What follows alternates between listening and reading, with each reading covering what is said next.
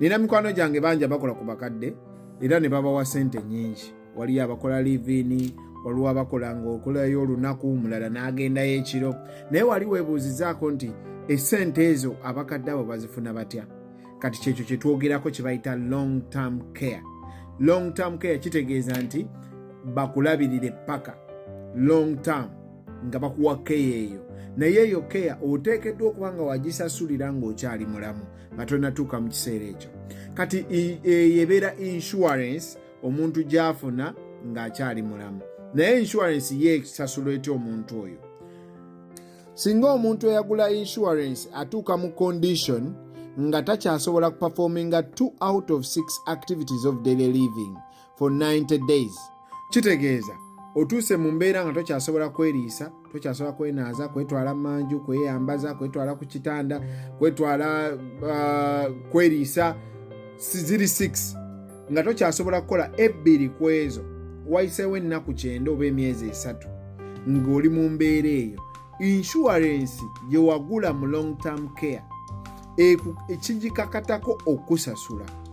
Kati bakuweereza check eya 2% of your face amount oba 2% ya sente ze wasaba oba IRS per diem maximum, whichever is lower. Kitegeeza nti insurance egenda kusasula either 2% ya sente ze wasaba. Kitegeeza nti bw'oba wasaba emitwalo 5, insurance egenda kuwa mutwalo buli mwezi oba maximum ya per diem. Kati olwaleero eri $1,360. Kitegeeza ki?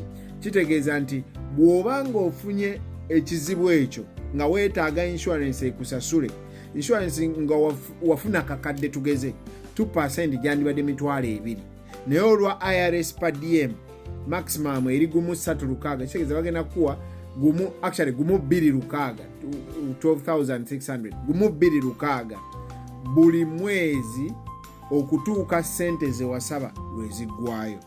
Kyova olaba nti omukadde oyo gwokolako alina ssente eziva mu insurance buli mwezi era bwe ziggwayo kyekyo kyowulira bagamba nti ssente z'omukadde wange zaaweddeyo, baamututte mu nursing home.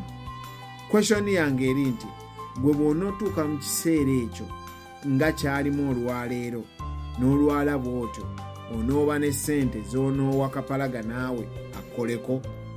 Bwe banga ansa eri nno nkubira ku ssimu eri 781 363 5258. Webale nnyo, Mukama akuwe omukisa.